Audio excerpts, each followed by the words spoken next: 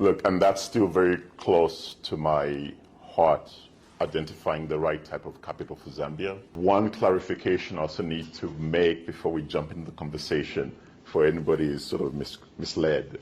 The 3 billion I've seen advertised all over Zambia today, it is the firm that raised that capital. It is not Caesar Siwale. And there's a whole bunch of people involved in there.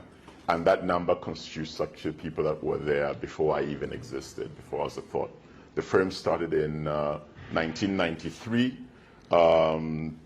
through Eric Postel, an American individual who was invited to Zambia to create the blueprint for the capital market. So that's how the stock exchange, the rules, and all of those things were invented.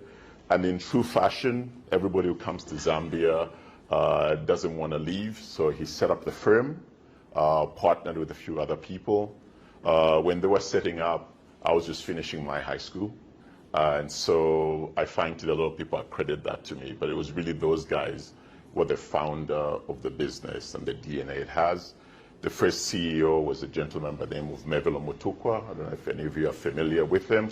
I never met him, but I hear his name a lot, and unfortunately he passed away prematurely, and I'm very good friends with his brother, Seki. In fact, Seki has contributed a lot of that 3 billion because he works for Ashmore, and we've raised capital from them in the past, but he lives in the United Kingdom. The last 10 years have been very interesting for us.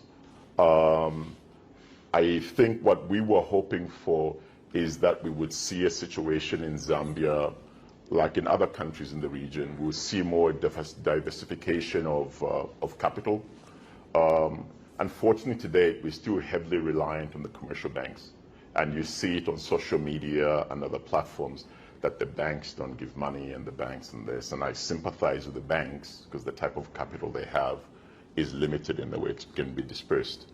Whilst if you look in other markets, even small countries relative to sort of population-wise, like Botswana, they've got private equity, they've got private credit, they've got mezzanine. So if you're starting a business, you're not giving up your equity prematurely, and now you're reporting to somebody else, and you believe your business can grow, and so on and so forth.